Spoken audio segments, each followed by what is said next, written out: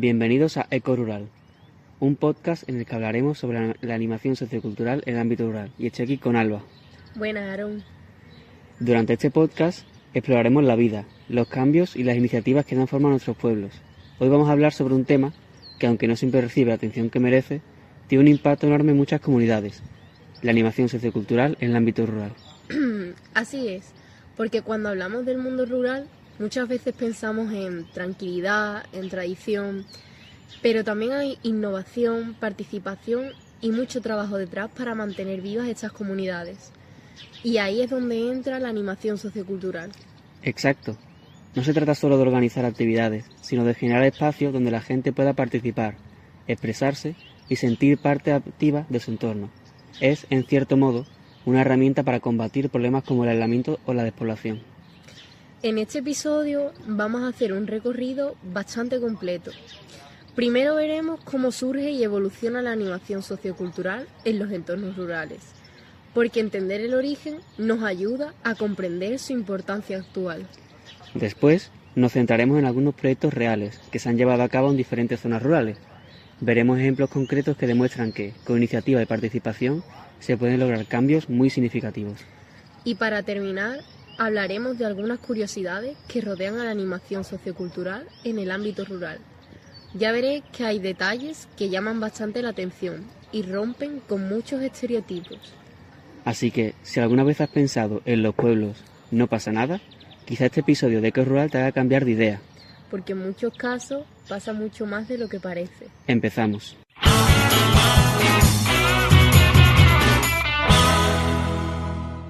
Para entender la animación sociocultural en el medio rural, primero hay que situarse en el contexto histórico.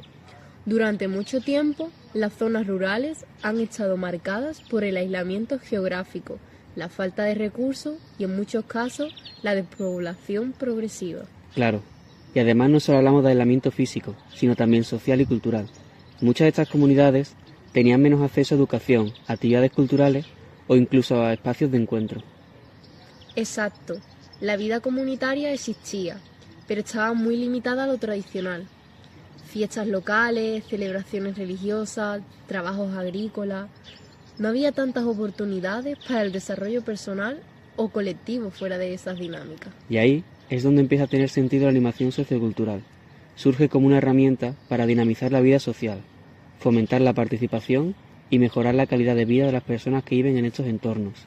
Además, hay que tener en cuenta que con la industrialización muchas personas emigraron del campo a la ciudad. Esto dejó a muchos pueblos con población envejecida y menos actividad social, lo que hacía aún más necesaria una intervención urgente. En Europa, especialmente después de la Segunda Guerra Mundial, comienzan a desarrollarse iniciativas educativas y culturales dirigidas a comunidades rurales, pero no eran actividades aisladas, sino parte de una idea más amplia, el desarrollo comunitario. Claro, la clave aquí es que no se trataba solo de entretener, sino de empoderar a las personas. Se buscaba que la propia comunidad identificara sus necesidades y participara en la solución de sus propios problemas. En el caso de España, esto cobra más fuerza a partir de los años 70 y 80, con la llegada de la democracia. Se empiezan a impulsar políticas públicas que buscan reducir las desigualdades entre el medio rural y el urbano. Y también hay que destacar que se desarrollan infraestructuras culturales, casas de la cultura, bibliotecas, centros sociales, que sirven como espacios clave para la animación sociocultural. Además, en esa época, empieza a profesionalizarse la figura del animador sociocultural. Ya no es algo improvisado, sino que se convierte en una profesión, con formación específica. Y aquí aparecen figuras clave, como los animadores socioculturales que trabajan directamente con la comunidad. Su objetivo no es imponer actividades, sino acompañar a la población para que ellos mismos participen y generen iniciativas. Es decir, no es venir a hacer cosas, sino hacer cosas con la gente. Esa diferencia es fundamental, porque cambia completamente la forma de intervenir. También es importante destacar que con el paso del tiempo, la animación sociocultural en el ámbito rural ha ido evolucionando y adaptándose a las nuevas realidades que vienen con este futuro. Por ejemplo, en las últimas décadas se han incorporado temas como la sostenibilidad ambiental, muy vinculada al entorno rural, o la igualdad de género, especialmente en contextos donde tradicionalmente ha habido roles muy marcados. Y también la inclusión social, trabajando con colectivos que pueden estar en riesgo de exclusión, como las personas mayores, jóvenes sin oportunidades o incluso la población migrante que se instala en las zonas rurales. Otro cambio importante ha sido la introducción de la tecnología. Aunque puede parecer contradictorio, el medio rural también se ha visto muy beneficiado con la era digital, y la animación sociocultural ha jugado un papel muy clave en eso. Sí, porque no se trata solo de tener acceso a Internet, sino de saber cómo utilizarlo. Por eso surgen los talleres de alfabetización digital, que ayudan a reducir la brecha tecnológica. Y hoy en día, la animación sociocultural en el ámbito rural se enfrenta a nuevos retos bastante complejos. Como el envejecimiento de la población, que en muchos pueblos es muy acusado, o la despoblación, como hemos mencionado, que sigue siendo un problema importante en muchas zonas. También encontramos problemas como la falta de recursos económicos o, por ejemplo, la dificultad para mantener proyectos a largo plazo. Pero a pesar de todo, sigue siendo una herramienta fundamental para mantener vivas las comunidades rurales y adaptarlas a los cambios sociales. En resumen, la animación sociocultural ha pasado de ser algo puntual a convertirse en una pieza clave en el desarrollo del medio rural. Y lo más interesante es que sigue evolucionando, igual que lo hacen los propios pueblos.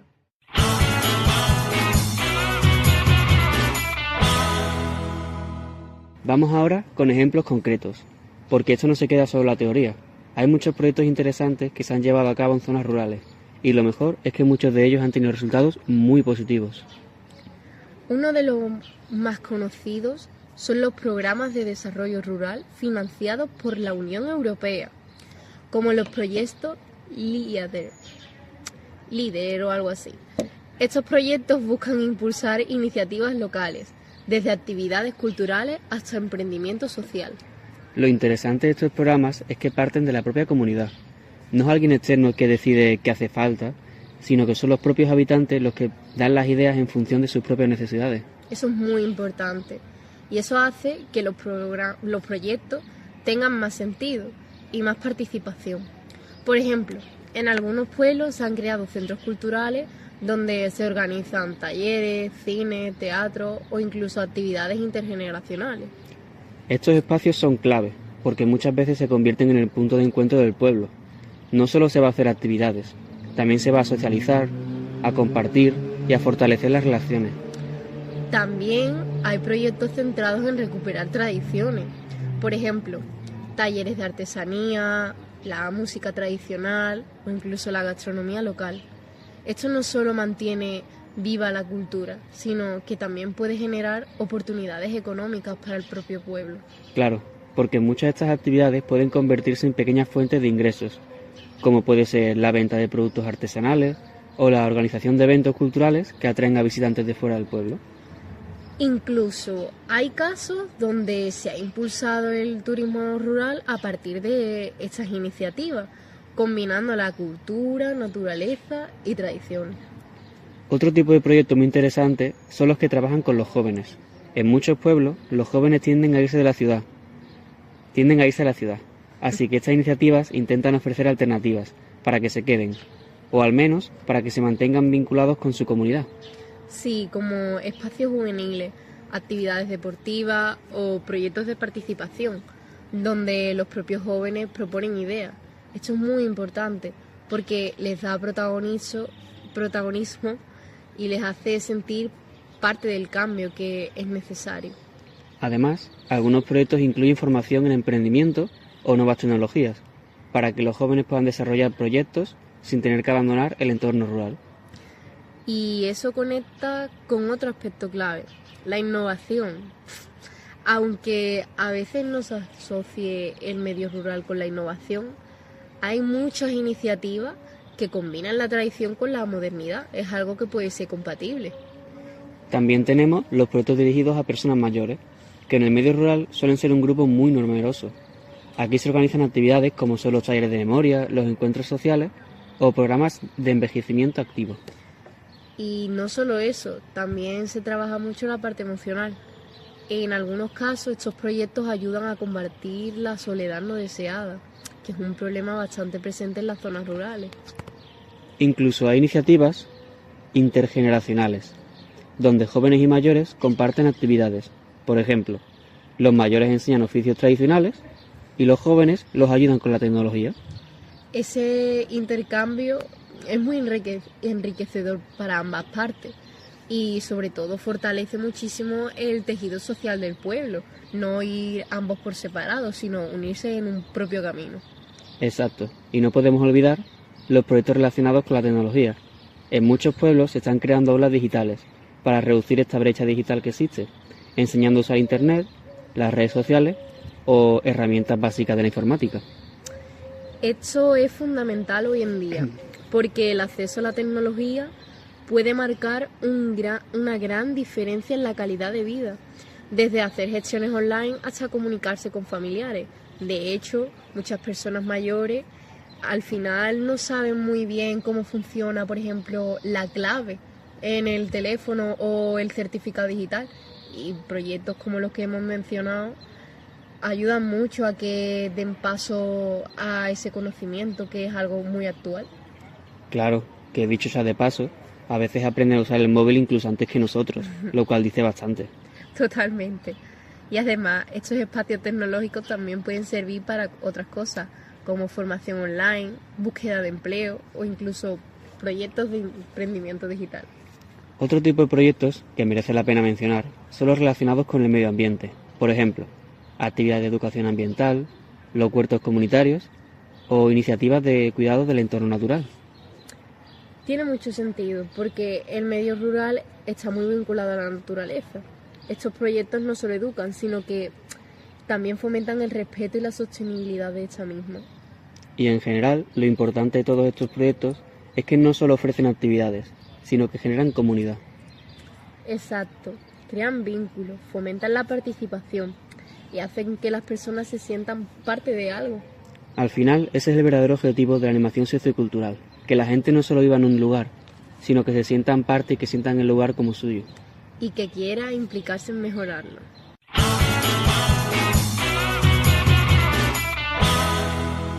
Vamos ahora con algunas curiosidades que siempre hacen el tema un poco más entretenido, ameno, y también ayudan a entender un poquillo mejor cómo funciona la animación sociocultural en el día a día.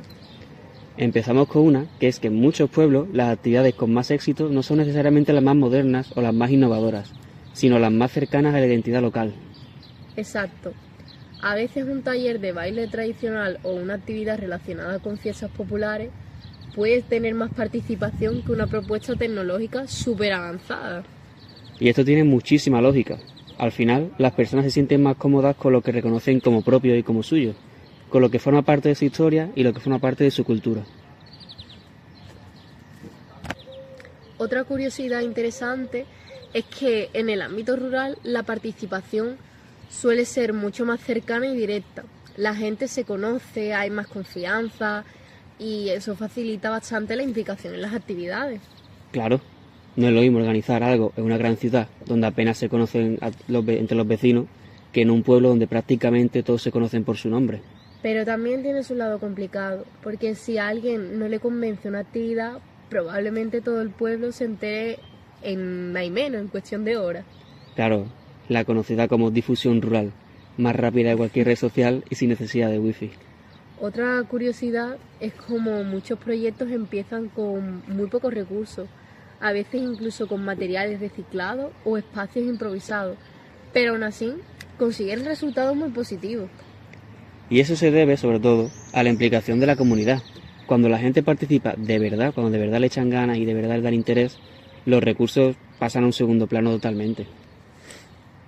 También es interesante que en muchos pueblos las actividades acaban teniendo un carácter muy flexible, es decir, no todo está tan estructurado como en otros contextos.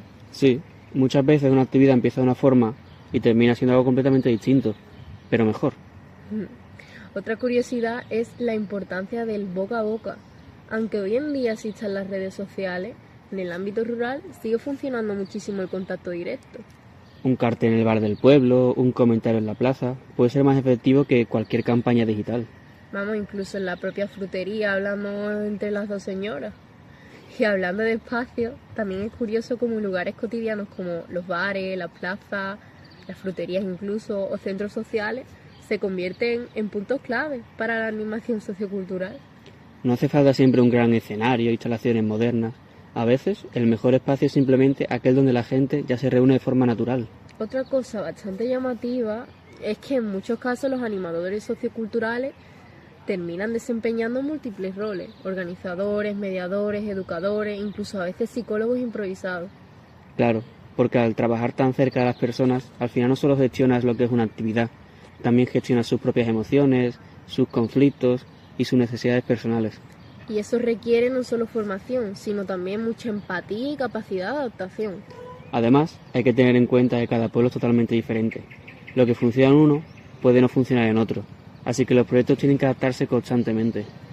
Y por último, una curiosidad que resume bastante bien todo esto: en el medio rural, el éxito de una actividad no se mide por la cantidad de gente que asiste, sino por el impacto que tiene dentro de la propia comunidad.